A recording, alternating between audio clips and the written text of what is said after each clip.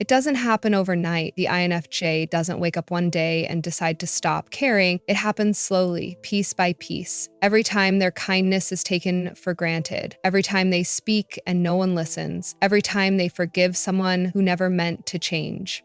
What used to be warmth starts turning into distance. What used to be understanding becomes quiet observation. You'll think they're fine, you'll think their silence means peace, but what you don't see is the emotional storm that came before it, the exhaustion of giving too much, explaining too often, and caring too deeply. When an INFJ finally turns cold, it's not because they stopped feeling, it's because they felt everything and no one noticed. By the time they go silent, they've already decided. They won't argue, they won't chase, they won't try to fix what keeps breaking them. Their love becomes selective, their energy sacred, and their presence rare. And once that switch flips, once the INFJ's empathy freezes into clarity, there's no going back. Because when an INFJ turns cold, it's not revenge, it's rebirth.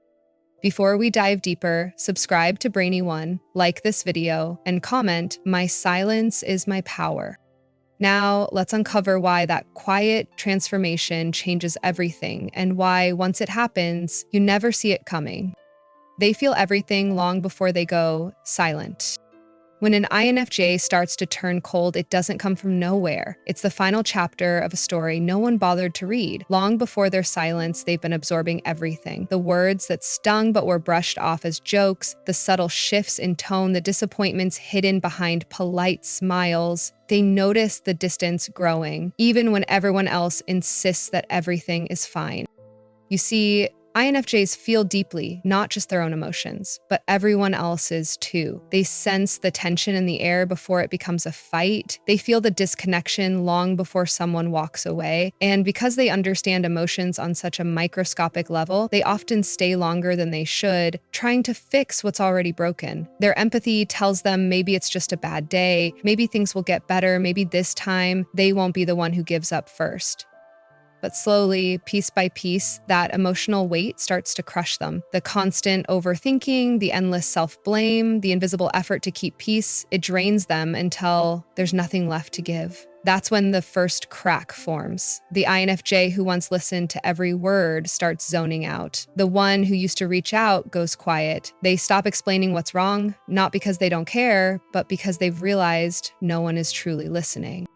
The irony is their detachment looks sudden to everyone else. People say they just changed, but the truth is they didn't change overnight. They simply reached their limit in silence. The warmth they once gave freely becomes reserved, calculated, and intentional. They stop absorbing other people's chaos, and instead they start protecting their own peace.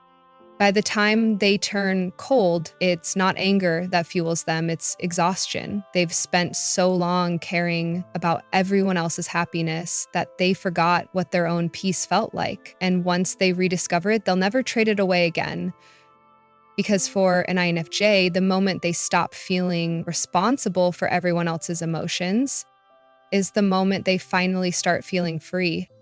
They realize empathy without boundaries leads to burnout.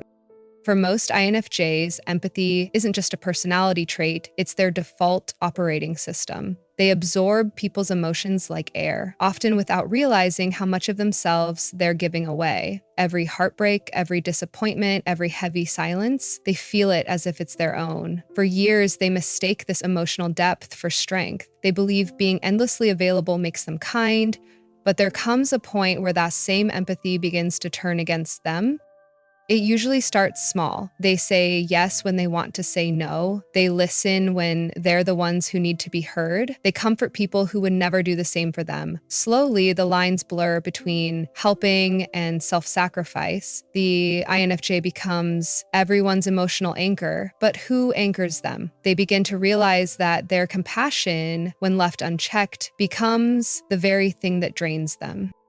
Eventually, their body and mind start sending warnings: exhaustion, irritability, emotional numbness. They feel themselves disappearing, not because they stopped caring, but because they cared past the point of survival. It's in that moment that something shifts. The INFJ understands that empathy without boundaries isn't love. It's self-neglect disguised as virtue.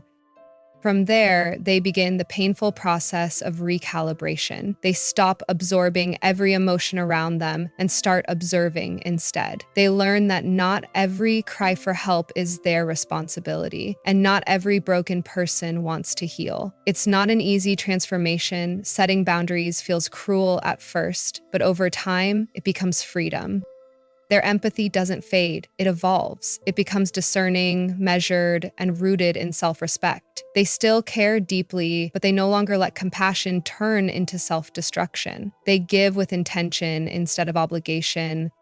When the INFJ finally learns this balance, they become unstoppable, calm, grounded, and no longer swayed by guilt or manipulation. Their empathy remains powerful, but now it has structure. They realize that true kindness isn't about giving endlessly, it's about giving wisely. And in that moment, the INFJ stops being drained by their gift and starts mastering it. They stop explaining themselves to the wrong people. At some point, every INFJ learns a painful truth. Not everyone deserves an explanation. For most of their life, they've tried to be understood. They've spent hours clarifying their intentions, softening their words, and overthinking every reaction just to avoid being misunderstood. But after too many conversations that led nowhere, too many people who twisted their honesty into weakness, they realized that explaining themselves to the wrong person is emotional self-sabotage. This lesson never comes gently. It starts when they open up to someone who only listens to reply, not to understand. Or when they try to defend their boundaries and end up feeling guilty for simply protecting their peace. Over time, the INFJ notices the pattern. The more they explain, the less people actually hear them. The people who truly care don't need endless clarification. They feel the sincerity through action. The ones who don't will never be convinced, no matter how carefully the INFJ chooses their words. So they start conserving their energy. They stop sending long messages trying to make it right. They stop trying to justify their silence, their choices, or their distance. Instead, they begin to understand that silence itself is communication, a boundary, not an invitation for debate. They no longer chase understanding from those committed to misunderstanding them. To outsiders, this shift looks like coldness, but it's really peace, the kind that comes from emotional maturity. The INFJ finally recognizes that their worth doesn't require explanation and their boundaries don't need approval. When they stop explaining, they stop leaking energy into people who were never listening in the first place. Now they use that energy to strengthen their own sense of clarity. They speak less, but mean more. They show instead of tell. And slowly, life becomes simpler, fewer misunderstandings, fewer draining conversations, fewer regrets. When an INFJ stops explaining themselves, everything changes. Their peace becomes louder than their defense. Their actions start doing the talking, and the people who once took advantage of their empathy finally realize silence is the sound of them taking their power back. They begin to observe instead of absorb. For most of their life, INFJs act like emotional sponges. They don't just listen to people, they feel them. Every tone, every sigh, every unspoken pain soaks into their mind until it becomes their own. They think that understanding others deeply is the highest form of love. But with time, they learn that absorbing everything around them is the reason they keep losing themselves. This realization usually comes after years of emotional overload. They notice how drained they feel after every conversation, how their mood shifts depending on who they're around, and how they can't tell where other people's emotions end and theirs begin. That's when the INFJ starts to see the cost of their empathy. It's not peace, it's exhaustion disguised as compassion. And so they make a quiet shift. They stop absorbing and start observing. They begin to study people's behavior without internalizing it. Instead of feeling someone's anger, they notice it. Instead of absorbing someone's sadness, they acknowledge it. Observation gives them space, enough to see clearly without drowning in someone else's chaos.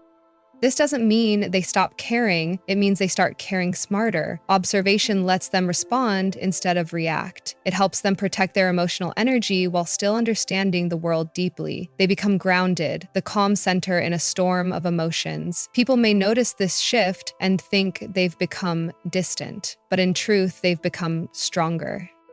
Now they see people for who they are, not for who they hope they'll be. They read patterns instead of excuses. They stop rushing to fix what's broken and simply observe whether someone's actions match their words. Observation turns the INFJ's empathy into wisdom, precise, steady, and untouchable.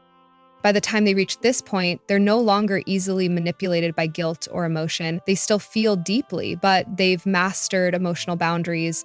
They can witness pain without becoming it, and that's when everything changes.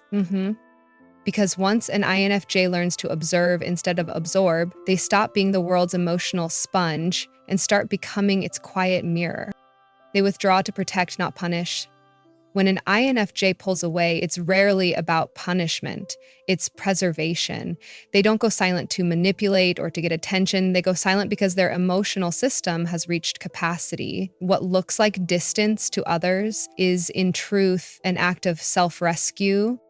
INFJs spend so much of their lives showing up for people, listening, helping, forgiving, understanding, that it becomes second nature. But behind that empathy is a constant drain. Every time they absorb someone's chaos, comfort someone through their pain, or hold space for another's confusion, they give a piece of themselves away. Over time, the weight of it all becomes too much. They realize they can't keep pouring from a cup that's running dry.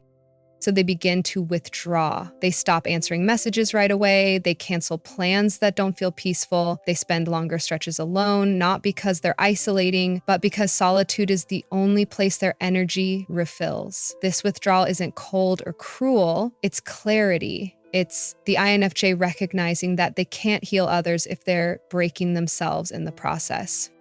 At first, people who depended on their warmth may take it personally. They might accuse the INFJ of changing or becoming distant, but what they don't see is that this version of the INFJ, the quiet, grounded, private one, is the version that's finally protecting their peace. They're no longer available to everyone, and that's not selfish, it's survival. This retreat marks a turning point. The INFJ begins to see who respects their distance and who demands their attention. The people who truly care will understand and give space. The ones who only took from them will start to fade away. And that's how the INFJ filters their world without confrontation, through quiet absence.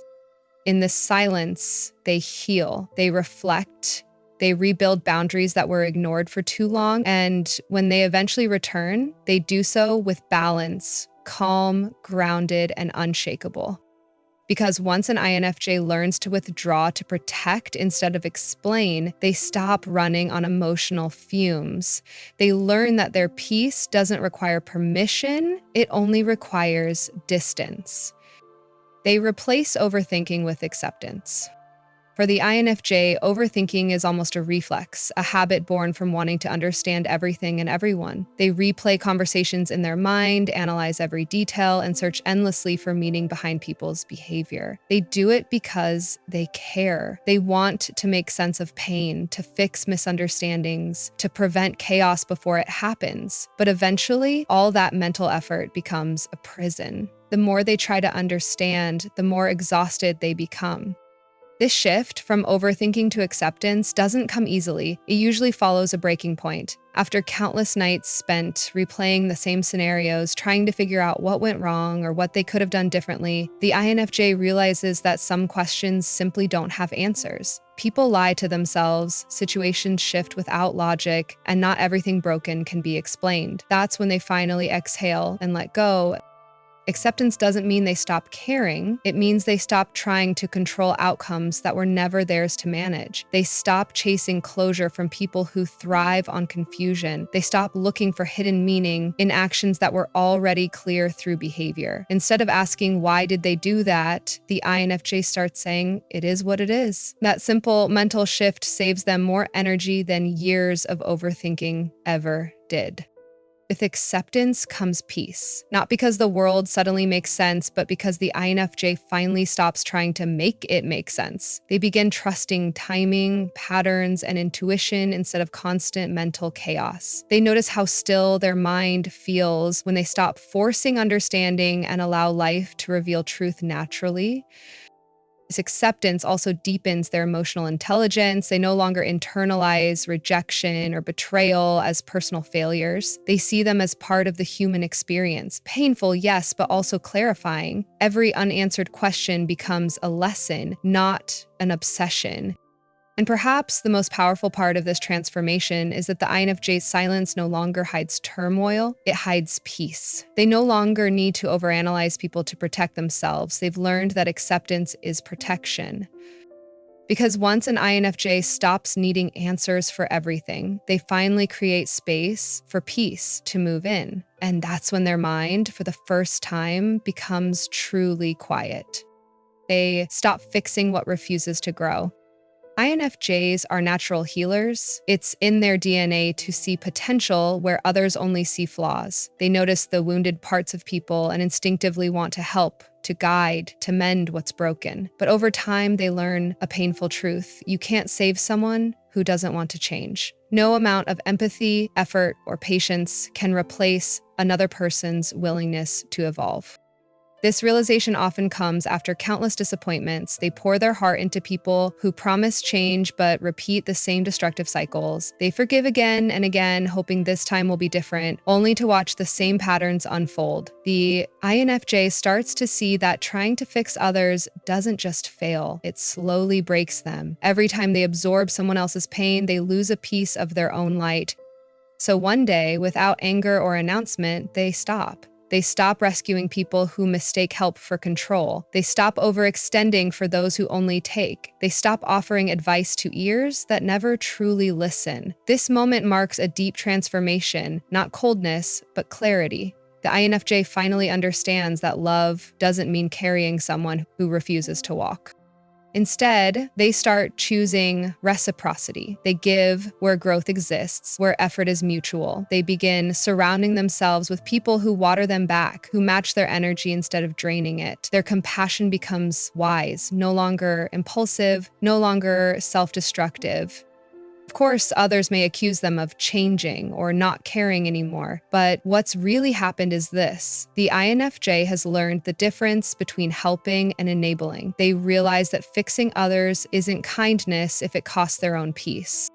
By walking away from what refuses to grow, they finally create space for what will. They find deeper connections built on maturity, not dependency, and in that space, they flourish. Lighter, freer, and far more in tune with their purpose.